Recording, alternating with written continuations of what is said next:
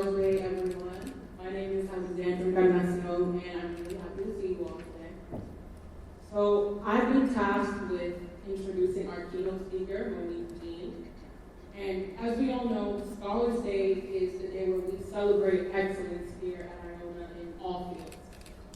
So it makes a lot of sense that we have Monique here as our keynote speaker because she really does exemplify excellence. Just for some background, Monique graduated cum laude from Iona in the year 2000 with a political science degree.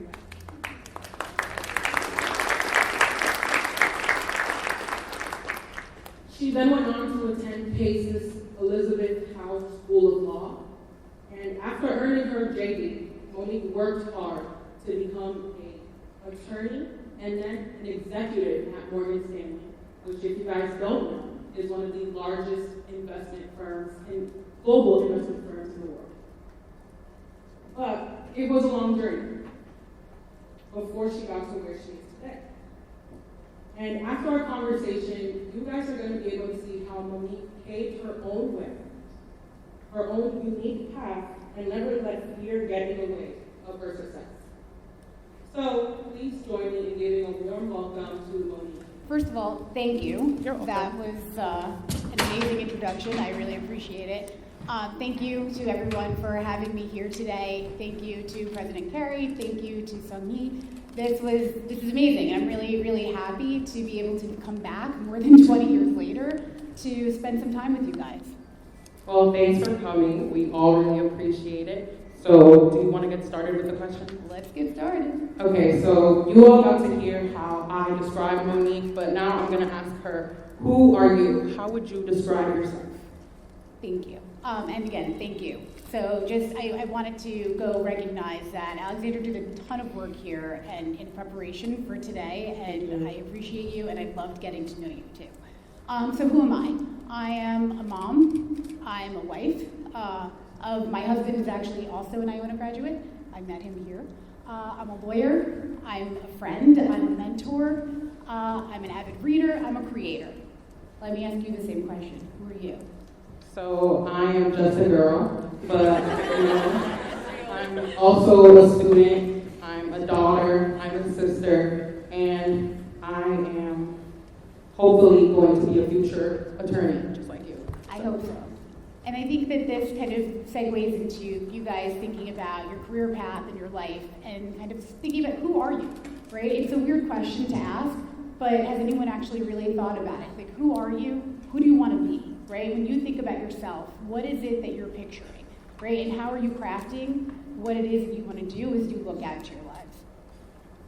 I think that's it's full of wisdom, honestly, and as college students, we have a lot to kind of go through and kind of define ourselves in this time. So it is important to start asking ourselves, like, who are we and what do we want to do and who do we want to be? So that was a great answer to that. Do you want to move on to an elevator pitch? Sure. Okay, so give us your elevator pitch to describe who you are. Okay, so I think your elevator pitch really depends on who it is that you're meeting with, right? And so I think my elevator pitch would be very different if I saw the chairman and CEO of my firm versus, some other job that I wanted to have. But I do think that it's really important that you start to craft who it is, again, who you are as a person, and how it is you want to present yourself in the event that you ever find yourself in a situation where you have the ability to introduce yourself to someone who has your dream job or that has the keys to being able to unlock your dream job. So my elevator pitch is that I am a consumer finance attorney with more than 15 years of experience in consumer protection, regulation change management, and regulatory implementation. Very quick, but that's who I am. That was great. And that's something that we can all start working. Like, what would be your elevator pitch? What's your elevator pitch? All right, so hello, I'm Alexandra Encarnacion. I'm a student at Iona University, majoring in political science and criminal justice. On campus, I'm the co-captain of the mock trial team, and that role has allowed me to develop my leadership skills, and the activity itself has allowed me to learn how to advocate for people and advocate for myself and also form thought-out arguments. And I can be an asset to anyone who is looking for someone who has those skills. I love it. Okay, so now I want to just get into what do you actually do for work? You have a really interesting title, so if you can just describe that to the people sitting here today. So it's really interesting, and what we talked about when we were prepping for this is really like career path and navigation. And so when we started, right, I had one job. It was different. I was the head of consumer protection for Morgan Stanley's U.S. banks. And what that really means is that, like President Kerry, talked about AI, right? And so I did a lot of work in AI in terms of understanding from a consumer standpoint how that could impact us from a fair lending, banking, technology perspective. I also covered privacy, consumer complaints, and anything that basically where there's a consumer focus, consumer advocacy. Now in my new role, I've moved out of compliance and back into legal, still kind of handling the same thing. So I cover regulatory changes, conduct-based regulations, special products, anything with a bank nexus, but anything also with a consumer focus from a legal perspective. That's a lot of words, right? So what does it really mean? What do I do every day? Basically, there are a lot of rules that are currently pending in various states. So like ESG is a big focus for me, so that's environmental, social, corporate governance.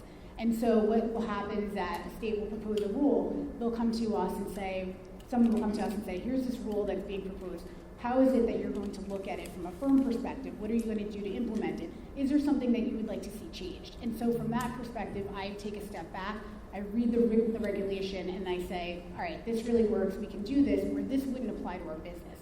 And then I get to work. I get to meet with the government representatives from different states. I meet with the internal stakeholders within my firm, and we talk about the rules, we talk about the impacts that they could potentially have, and how we could mitigate them or address them. And if we can't, or we feel like they don't apply, we'll go back to regulators and say, hey, right, this makes sense to do it this way, but have you thought about it from this perspective? Again, with the goal in mind to be client-focused, right, and make sure that we're doing the best that we can to provide the best service that we can to our business. So you're clearly a specialist in your field. We can all tell you know exactly what you're talking about. How can you describe, does this role that you play in your job, does it play into your passions at all? Like, how do those two things mesh? So yes, because I'm a nerd, and so when I get a new regulation, I get very excited about it. I don't know that that's necessarily great for everyone, but I get really happy. Every time something crosses my desk, I'm like, oh my God, this is great. And I'll look at kind of different touch points and say, like, this is how this is great, this is how it doesn't work. But I also, and you can see that I speed up and I get very excited when I talk about this stuff, I like the fact that I can go back into a federal regulation or a state regulation and I can say, I wrote that. Right, or I changed that, or I talked to this person about that, or I helped to make this rule. And for me, that makes me really happy. And I think that from a passion perspective, I think advocacy is what makes me really happy, and that's something that translates into my career, but also into the stuff that I do. I do a lot of volunteer work, and so I can use the skills that I've developed, right, in becoming an advocate to help me to do the stuff that I like to do when I do my volunteer stuff. I do a lot of stuff with students, I do a lot of stuff with underprivileged kids, and so I know that I can kind of take those skills and transfer them into my passions. That was great. Now, can you tell us what that's like, your volunteer stuff? Like, what do you do? I do a lot of volunteer work. So I was on the board of the American Cancer Society. I just rolled off of that. Something that's really a passion for me is kids. And so I was on the board of the camp that my kids go to and the camp that I went to when I was a kid, Beckett Chimney Corners in the Berkshires. And so the reason why it's important to me is that when I was younger, we didn't really have the resources to be able to afford to send me to camp. And so I was on a scholarship, and it was great because I went to camp for free. I met all of these amazing people who I'm still friends with today. But from my perspective, I like to be able to pay it forward, right? Like, I got all these benefits that I think have helped to make me into the person that I am today, right? And I would like to be able to give that to someone else. And so that's what that board work allowed me to do, is to look at things to bring diversity and inclusion into places where there might not necessarily be different faces, to be able to advocate and get funding into camps so that more kids can have opportunities like I do. So it's clear that for you, it's really important to make an impact. You make an impact in your work, you make an impact through your volunteering. Now, I want to kind of pivot a little bit, and I want to find out how you started. Like, we know who you are now. Like, can we go back to your college days here at Iona? Who were you then? Very, very different. So first of all, I didn't start at Iona. I was a transfer student. I went to SUNY Buffalo, which is a great school. But I grew up in Rochelle, and I went to Holy Family, which is right up the street. There were 13 kids in my graduation class. Then I went to high school. I went to St. Catherine's in the Bronx. There were 200 kids in my graduation class. When I got to Buffalo, there were 30,000 students, and not at all what I had been prepared for. And so while it's a great school, it was not the school for me. And so for me, I came back home, I went to Iona, and my entire life changed. I was able to meet with my professors and talk to them. I had really small classes. I didn't feel scared to ask questions. And I think that helped me to develop my confidence in being able to go to a professor after class and be like, okay, what is this? Can we talk about that? See them after hours and in their office hours. And I would debate with my professors about political things just that were going on in current affairs. And I loved that. I love that. I love the opportunity to do that. I loved being able to meet people. And I think that helped me to bring me out of my shell, to be able to develop. And they call on you and ask you questions, but the soft skills and the relationship building and the friendships that you develop with your professors even, don't underestimate that. Really and truly, those are the same people that wrote me my recommendations. They're the same people that some of them I still keep in touch with. And that, to me, is what's really, really important. And I think that that's a benefit that I got from Iona that I wouldn't have gotten anywhere else. And honestly, as a current student now, I can say that has not changed since you've been here. Class sizes are still small enough to where you can feel as if there's a community, you know everybody's face, you can identify who's doing what, and it's really comfortable to be able to go up to a professor when there's not 30,000 kids in a class, So yeah. And I don't know that I necessarily answered the question, but I definitely was a different person. And then again, I met my husband here. I met my friends here. I socialize with all the people that I went to college with on weekends. And we have great relationships. Our kids grew up together. And so I really value what I got from being here. Well, thanks to Iona. That's so cool. Okay. So now, what was your experience like going into law school at Pace?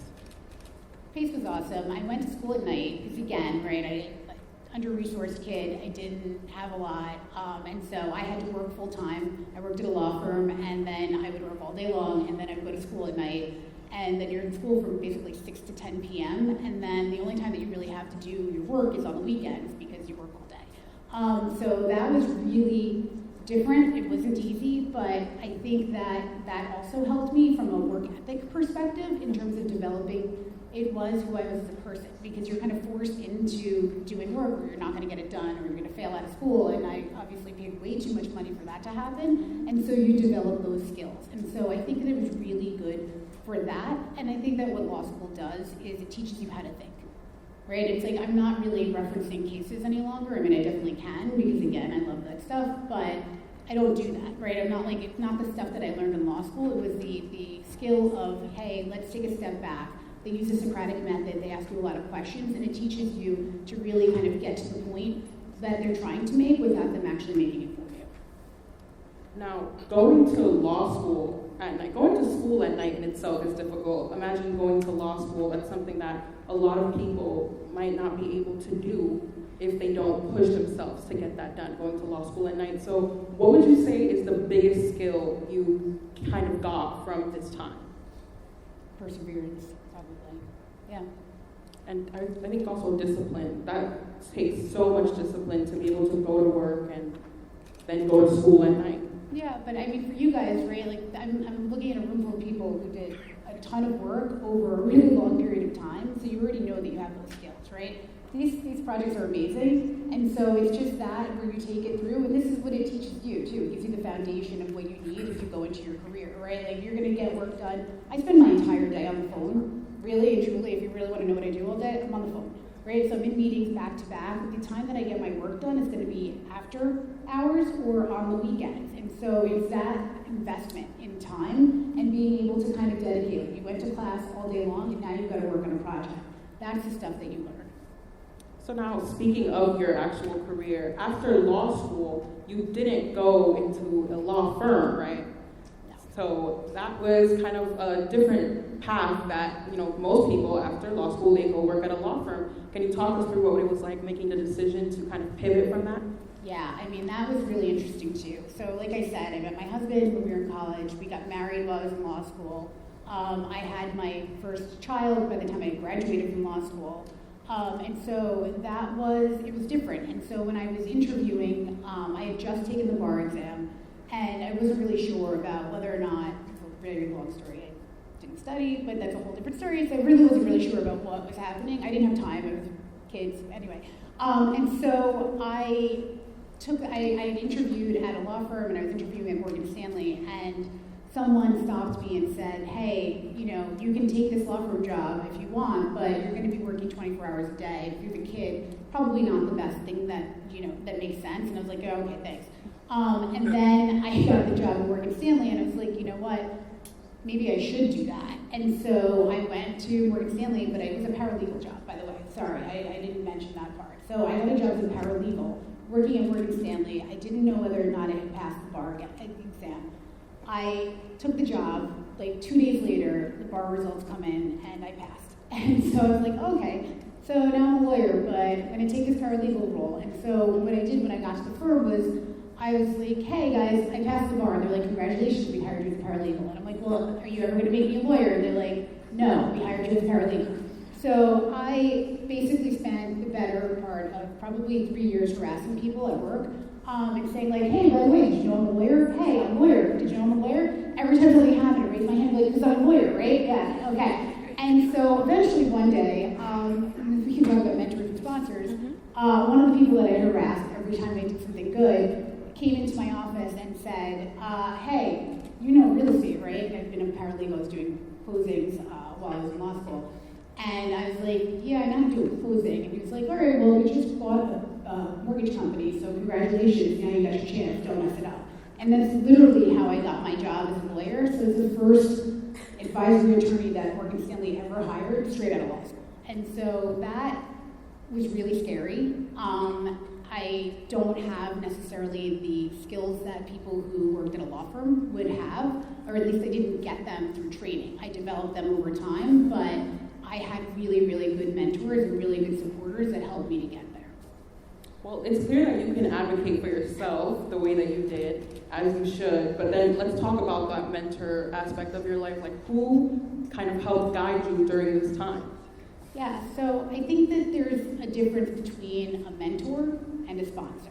And so what's interesting, mentors are people that sometimes you don't know that they're your mentor, and then you realize that they are. Sometimes you're mentoring people, you don't know that you're their mentor until somebody says, well, she's my mentor, and you're like, oh, wow, I didn't know that. But the mentor is the person that kind of gets to see the inside of you. They know you. They know when you make mistakes. They're the ones that you talk to. They're the ones that they kind of think, those are the friendships that you develop. You meet them over coffee, you keep in touch over time, and you really start to develop those relationships. The sponsor is the one that sees the bright and shiny part of you. Right? The sponsor is the one that's in the room when you're not there, that's advocating and pounding their fists on the table on your behalf. Right? So there are two different roles that people play. My mentors are people that I kind of looked to them and said, hey, you embody the person that I think I want to be. You look most like something that I want to do. And so you have those relationships with them, you build those relationships, you go to them for career guidance. Those are the people that have really helped me along the way to kind of, I'm like, oh, you look like a good lawyer, right? I'm going to do the things that you do. What is it that you do? What are the conferences that you go to? Who are the people that you speak to? And you start to kind of mold yourself and embody those behaviors. The sponsor, the person that advocated for me, is not somebody that I'd even realized was going to do that when I wasn't there. And those are the people that really, like, this guy was like, hey, she's been at the firm, she has historical knowledge, she really wants to do this, she's good at her job, right? And says all the things about you that you might not necessarily be able to articulate for yourself. That's what the sponsor does. And so to be able to have that type of support is really important, and it's really, really important to build those relationships with people. Definitely, and as students now, I think it's something that we should all work on, putting our best foot forward so we can get people who, like, identify, you have the job I want, like you told me before, like, talk to them, see what you can do to kind of be like their position. So do you have any experience in mentoring people or in sponsoring people? Can you walk us through that? Yeah, I mean, first of all, I mentor a ton of people, and again, right, sometimes I don't even realize that I mentor people. Like, it's like, people put time on your calendar, that's fine. People ask you formally, and that's fine. But sometimes you just kind of develop relationships with people. I have mentees that are analysts, that are in part of like different programs. I picked up a mentee randomly through a legal outreach program. You just kind of pick people up along the way. And so it's great from a relationship building perspective. From me, for when I was in college, my mentor was one of my professors, and I don't even know if he knew that he was, but he was the one that wrote me my recommendation letters. He was the one that I went into and talked to after hours. But I was like, you're really smart. I like the way that you present yourself. I like the way that you teach. I really want to get to know you better. I want to be just like you, right? And so those are the relationships that you build. And again, right, he's the one that helped me get into law school. And so I will never forget that. But yeah, I mean, the relationships can come about really organically. Or sometimes inorganically, if somebody asks and you're kind of there. And sometimes it works and sometimes it doesn't, right? But you got to kind of test the waters. And you have to say, like, how does this work? Do we have like a vibe, right? Can we vibe? Can we sit and have coffee? Is there a lull in the conversation? Are we getting along? Like, does this make sense? Are you getting what you need from me? Am I able to provide you the information and the insight that you really need? And so, like, it all kind of grows organically, but you should look to people that you kind of really do want to embody. Definitely. So guys, just find someone you vibe with, and the rest will work.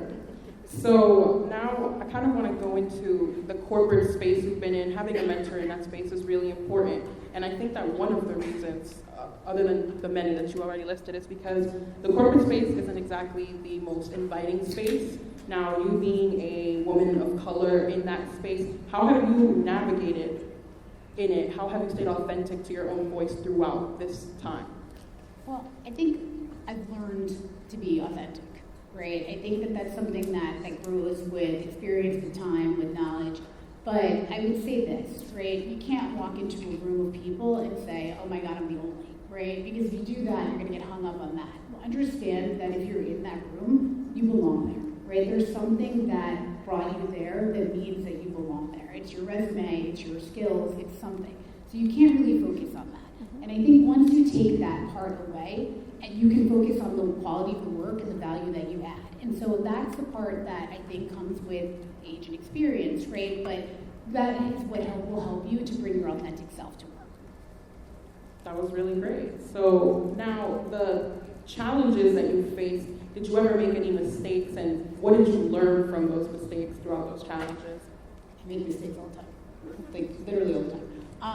So what I've learned is be accountable, right? So I just said it. I make mistakes all the time. There are things that happen. I'm not perfect, right? Nobody's perfect. And so I'm going to learn something. I'm going to miss a part of regulation. Sometimes regulations run together and they cross-reference other regulations. I'm going to miss that, right? It happens. You own it. And that's the part that you really need to be thoughtful of. People trust you when you're accountable, right? Go in there, right? Like, this is what happened. You totally messed up.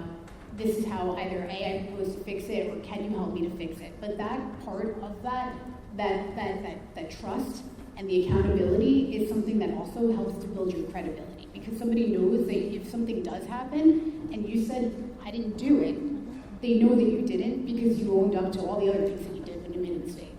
So you build on it, you move past it, and you can't dwell on it, right? I was telling you before, like, I can very much be my own judge, jury, and executioner. Everybody can.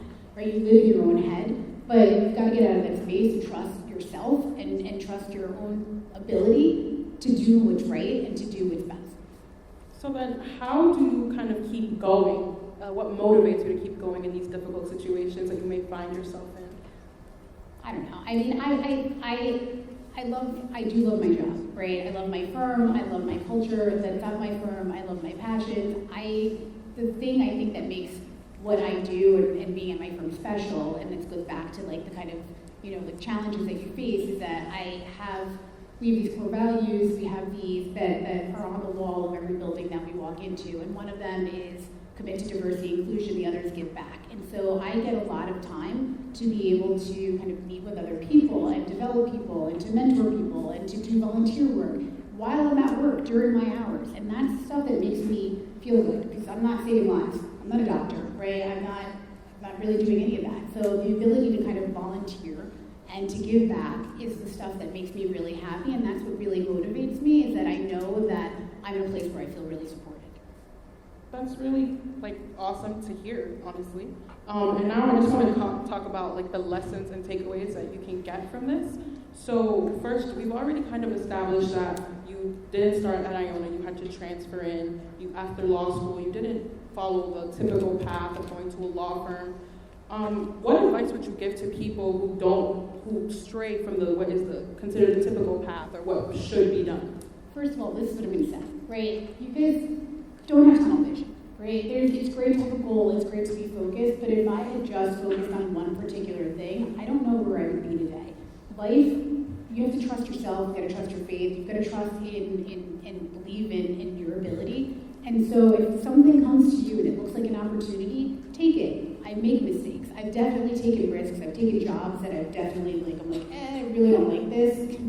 And how do I get out of it? And so, yeah, you're not always going to be perfect, but life is not straight and narrow. You're going to take turns, and you kind of have to go with it and be okay and be accepting and able to pivot when it's necessary. Definitely, just keeping your eye on a goal but not being rigid is, I think, one of the most important things. So now, what's something about, you're clearly a successful person, what's one thing you know about being successful that you wish you knew earlier in your career? I don't know, and if you ask my kids, I don't even know if they agree if I'm successful because I don't pay for everything that they ask for. But I think, so going back, because I think I skipped part of the question, so I think takeaways, be accountable, stay connected, build those relationships, work hard, breathe, because I'm really not great at doing that sometimes.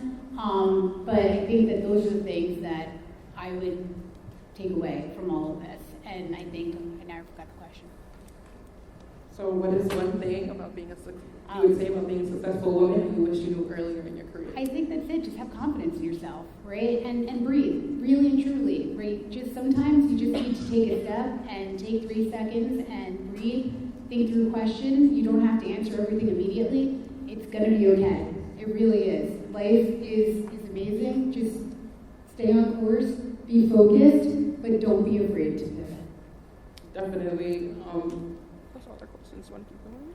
We can keep going. Okay, great. So now I have, I think, questions. If there are people here who might be interested in joining the law field or whatever corporate field that you're in, what advice would you give to students who are interested in that? Yeah, I mean, so I think if you're interested in being a lawyer, right, I think there's a lot of things you can do. Just, again, keep an open mind. There's tons of different lawyers. Like I said, I've covered AI, I've covered privacy, I've covered regulations, I've covered fair lending. I've covered everything, right? And so be open-minded. Again, law school's going to teach you how to think. Look online. Find people on LinkedIn that embody the characteristics of the type of job that you think that you want to have. Take those classes, right? If there's a conference that's offered or something and it's free, right? Go to the conference. Do it virtually. Learn from that and try to see if it's actually something that you really want to do. Take opportunities. Look for internships. Those are really important because you could find out that you really don't want to do something. I was going to be a property lawyer. I took property law and I hated it. So, I mean, you don't know, right? So, look for those opportunities. Find whatever way that you can. Talk to those lawyers, too. And see, what is it that you like about your job? What is it that you don't like about your job? What is your day like? What do you do, right? Is this something that I really want to do? A lot of people don't want to read regulations all day. I like it. Most people don't. Yeah, I've known a lot of people who have started in one path and then they did an internship or they took a class and they decided this is not for me. So I think that's something that happens at our age group a lot, like in college, but then also afterward where you kind of chase this major, this idea of what it was, and then you kind of find that this may not be what you want. So that's definitely some solid advice. So now I want to talk about in your career path, how have you advocated for diversity and inclusion in your profession? So I had the fortune of being the co-chair of our Legal Compliance Diversity and Inclusion Network. And that gave me the ability to kind of shape policy, right, from an internal perspective in terms of how we were looking at diversity and inclusion, hosting events, creating opportunities for mentorship, creating opportunities for kids to come in and shadow us during the day and kind of learn about what it is that we do. So it gave me a good opportunity to advocate. I think one of the other things that we do is that we also have the ability, because we're the client most of the time to say to law firms, hey, like, what are you guys doing for diversity and inclusion, and hold them accountable? And that to me has been really, really impactful, because then you can shape things that happen outside of my firm, right? I can look to another firm that we're paying you a lot of money. Where's your diverse representation? Like, what have you brought to the table? And it's like, that's great, you bring me one woman, right? Okay, where's your person of color, right? Like, and having those conversations and not being afraid to have those conversations has been really, really good, but I hold people's feet to the fire.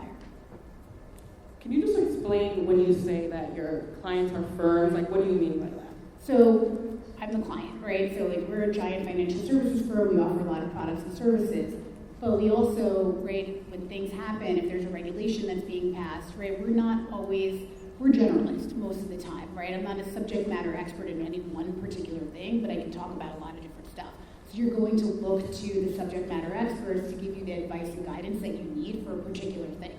So we go to law firms and we go to them on different matters. And so we have tons of different firms that we do business with. So again, that's what gives us the opportunity to say, like, hey, where's your diverse representation? What is it that you guys are doing? Can you guys bring me more people, right? I look for young people. I look for people of color. I look for women, because I don't necessarily, when I was growing up in this business, I didn't necessarily see that. So I have the ability to say, like, this is what I want to see.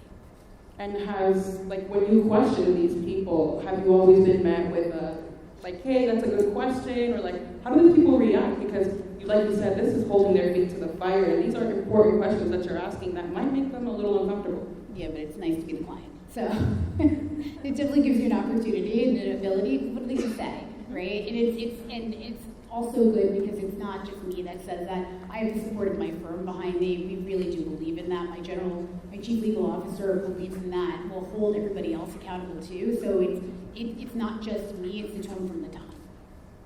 Okay.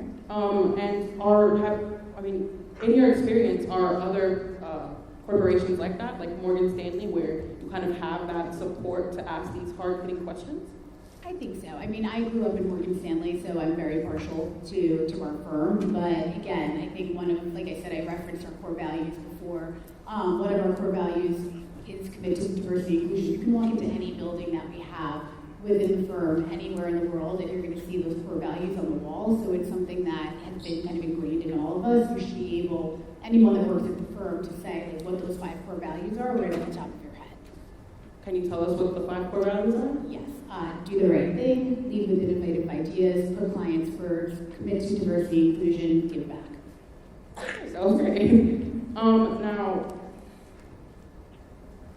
in your career, how have you kind of, because I know you've been with Morgan Stanley for a while now, what has made you stay with them? Is it like those core values? Like, is it, because I see that this company really has a good culture? Yeah, it's the core values, it's the culture. I left for a few years and found that when I was gone, that the place that I had gone to did not have that same type of culture, values, and support. And so I went back to my firm where I felt that I was supported and that I was able to do all the things that we just talked about. And so that's what I think makes Morgan Stanley unique, and it's that opportunity. Okay, so now we gotta wrap it up, but I just want to leave everybody with what your final pieces of advice were, if you can reiterate them, because I think that's really important to hear. Yeah, I mean, hopefully I didn't bore you guys to death, but I think for me, and as you guys move forward, be accountable, work really hard, build relationships, build those connections, and again, breathe. That was really great. Thank you.